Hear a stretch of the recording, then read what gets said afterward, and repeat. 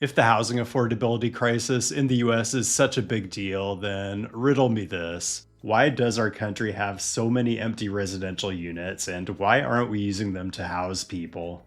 I run across these kinds of questions a lot, and I don't know any other way to try to answer them than just to look at the data. So today, that's what we're doing. I'm going to tell you the actual number of vacant housing units and answer questions like where are they? Why are they empty? Is it a vast conspiracy by shadowy multinational investment firms? And how do I think we should try to understand all of this? And just to be clear, there are actual conspiracies that impact housing affordability, like algorithms that facilitate collusion and price fixing among landlords, probably worth being outraged about. It is difficult to wrap your head around what's going on with the housing market, but luckily we can just check in with YouTube's #1 personal finance guru to get the real scoop. The diagnosis here is investment firms are buying up houses and quote unquote taking them off the market and renting them out, which I think is actually the opposite of taking them off the market. Capitalism is out of control. There are too many Airbnbs, too many homes owned by investors instead of industrious heterosexual couples. Well, except the host himself owns like 20 investment properties, which he'd gladly sell to industrious heterosexual couples if the government would only waive the capital gains tax. So there are a lot of opinions out there. I'm not on TikTok. I have no doubt there is no shortage of influencer types who will tell you, as they hold a lapel mic in their fingers, that the real reason housing prices are out of control is because BlackRock is buying up all the inventory and keeping it empty for their own inscrutable reasons.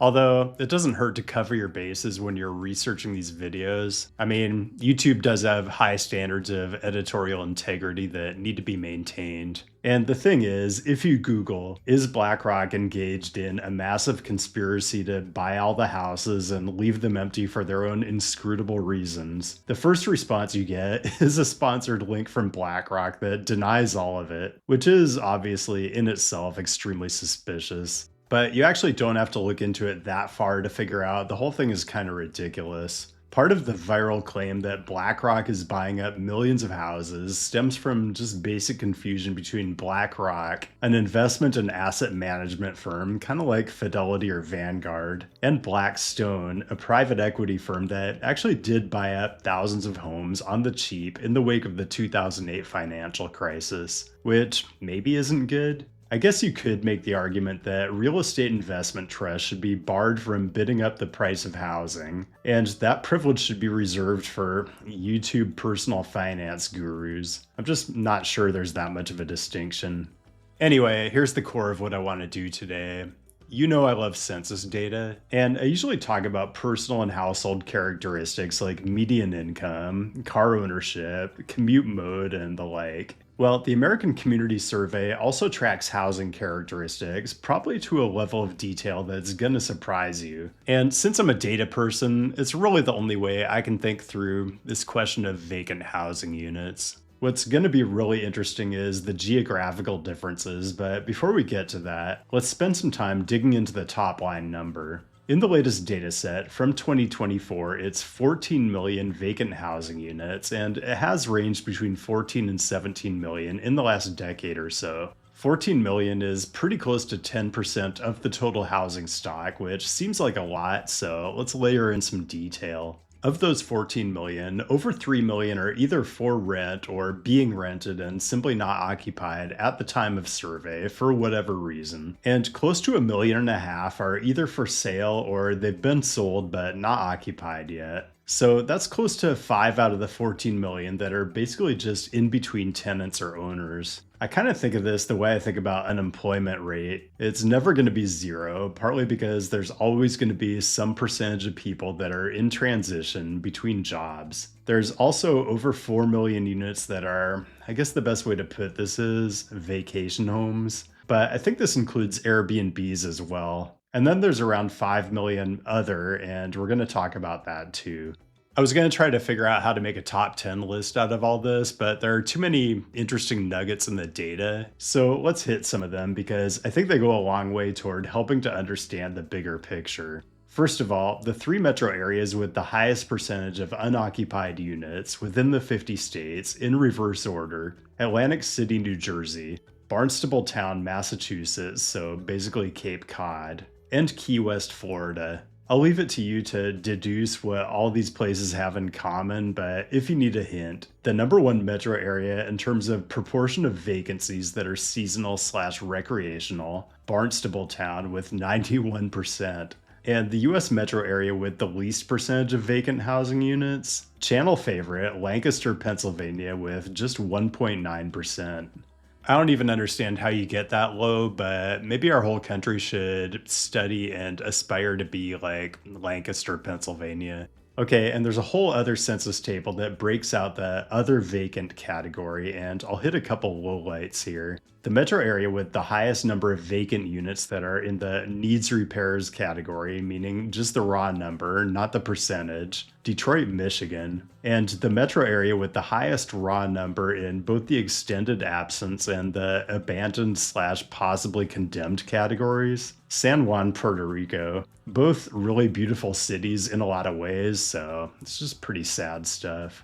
Here's another thing I looked at because I wanted to get at the question of whether there's a uniform distribution of vacant housing units across the United States, which I'm sure you already suspect the answer, but more specifically, are there more or less vacant units in the metro areas with the highest demand? So here's what I did. I identified the 10 metro areas over a million population with the highest Zillow Home Value Index, and I looked at how the combined vacancy rate of those 10 metro areas compared to the country as a whole. And the answer is, those 10 metro areas have a significantly lower vacancy rate than the rest of the US. Another way of putting this is, the 10 highest demand metro areas account for over 18% of all occupied housing units in the US, but only 12.5% of unoccupied units. So you can think whatever you want about whether vacant housing units are part of our country's affordability problem, but if you had the idea that it's a problem that's concentrated in our highest demand areas, it doesn't seem like the numbers support that. It's not my intention here to gloss over actual problems. The New York metro area's 7.9% vacancy rate is lower than the national number, but it's higher than every one of the other 9 high housing cost metro areas except the Inland Empire. And the culprit really is the seasonal or recreational, which is a much higher proportion of the overall vacancy number than it is in cities like LA and San Francisco. It's not a huge number, but it's not nothing. And it's hard to say how this breaks out as far as short-term rentals, vacation homes out on Long Island, Manhattan pied-a-terres owned by wealthy people, apartments people buy just for their cats, which, by the way, I do fully support. This has all been an issue in New York City for a long time. There have been multiple attempts to introduce a pied-a-terre tax, but for some reason, it never seems to pass the state legislature. Strange. Okay, so that's the data, but the thing that's really interesting to me about all this is how otherwise intelligent people are so susceptible to believing in conspiracies rather than just supporting the development of more housing where we need it. So we're gonna get to that next. First, customary reminder to click on all the usual things and connect on all the usual apps. Travel planning is in the works for 2026, and you will get details first on my Patreon if we're connected there. So this may come as a shock, but pretty much all housing units are owned by just people. A lot of times it's someone who owns the home they live in. Some people buy additional homes as investment properties. I know people who do this, I think it's probably smart on some level, but you have to be the type of person who likes to work on maintenance projects and harass tenants for rent. It's just not my thing. Some people own 20 investment properties. Some people allocate part of their 401k to a real estate investment trust, which basically does a highly aggregated version of this behind the scenes. What I hope the data we looked at impresses on you is that there just aren't really that many homes that aren't occupied by either owners or renters, or that are in a transaction process of some sort, especially in our high demand metro areas. We just need more housing supply. Which I don't think is a controversial opinion, but the reasons why we can't build more housing supply in the cities where we need it the most, well, I think that's just much less well understood. So, I want to leave you with some more food for thought. It's a paper called The Symbolic Politics of Housing. I'll leave a link down in the description. It is fascinating. Also, be aware it is a preprint, and I usually don't like to touch those for my videos, but this one's just too interesting, and shout out to the patron who brought it to my attention. The general idea of the paper is that conventional wisdom says NIMBYism and opposition to new housing development, in particular, arise from two things. One, that NIMBY homeowners understand that restricting supply increases property values and therefore increases their personal net worth. And two, that homeowners and renters oppose new housing in their immediate vicinity due to the noise, congestion, and aesthetic change that come with new development. Instead, the paper proposes an alternative explanation, applying the lens of what's called symbolic politics theory. What is symbolic politics theory? It's basically the idea that when there's a policy issue that's complicated or unfamiliar, people don't form opinions based on the substance of it as much as on their personal affect toward the people the policy might help or harm. The paper says housing development involves a large number of groups, including investors to finance it, developers to propose it, government entities to approve it, and residents to ultimately pay for and live in it, offering voters many opportunities to use their affect toward groups to form judgments. And let's be real, the affect people have towards investors, developers, government bureaucrats, and renters, generally not positive, so anything having to do with pro-housing policy is rife with opportunities for this kind of symbolic politics type heuristic. The paper cites previous research that telling Los Angeles voters that developers would profit from a new development decreases support for that development. But the heart of the paper is the administration of surveys to test this affect with all kinds of aspects of housing development. Like the way people answer a question about whether developers should be allowed to build apartments that comply with clear and specific rules the government made in advance is very different depending on whether the developer is referred to as a small local home builder or a big real estate developer, to the tune of like a 30% differential. The paper has all kinds of results like this that vary just based on whether the beneficiary of a particular policy sounds likable or not, or whether an apartment is referred to as just an apartment or a luxury apartment. People's dislike for real estate developers almost seems intractable, but they conclude the paper with another experiment where they try to impact people's negative affect for developers by making subjects watch videos that try to cast developers in a more positive light. It's all very Clockwork Orange. Like, they had subjects watch a video where a developer talks about doing volunteer activities like mentoring and working with rescue dogs, with the result that the subject was more likely to see developers as having altruistic motivations. I kind of come away from the paper feeling like people are even stupider than I thought. But also, maybe the fact that people's attitudes toward development are that malleable goes a long way to explaining why YIMBYs have been getting so many wins lately. And maybe the path to building the housing this country needs is less difficult than we think.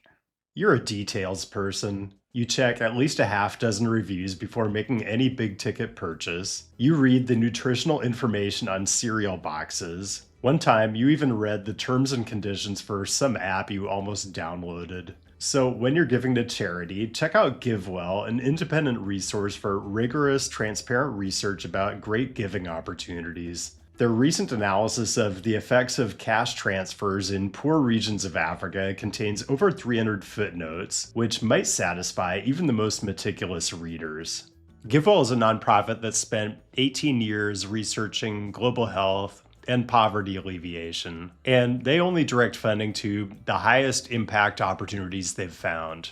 Over 150,000 donors have already trusted GiveWell to direct more than $2.5 billion to these high-impact opportunities. Rigorous evidence suggests that these donations will save over 300,000 lives and improve the lives of millions more. You can find all of GiveWell's research and recommendations on their site for free, and thanks to the donors who chose to sponsor their research, GiveWell doesn't take a cut from your tax-deductible donation to their recommended funds. So, GiveWell's approach is extremely appealing for someone like me because I am a maximizer, meaning I find it hard to make a decision unless I know for sure I'm choosing the optimal thing.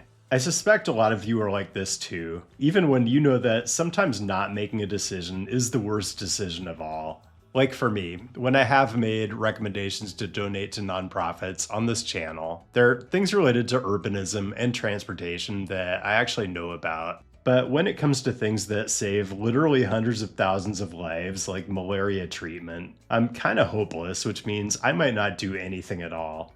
GiveWell solves that problem. Now, if this is your first gift through GiveWell, you can have your donation matched up to $100 through the end of the year, or as long as matching funds last. To claim your match, go to givewell.org and select YouTube and enter CityNerd at checkout. Make sure they know you heard about GiveWell from the CityNerd channel to get your donation matched. Again, it's givewell.org to donate or find out more. And that's all I've got. Thanks for joining today, and thanks as always to the patrons for your direct support. It really gives me the freedom to just chase down whatever topic I'm interested in from week to week. Anyway, keep the great topic suggestions coming. I'll be back with a new episode in a couple weeks, and I'll see you then.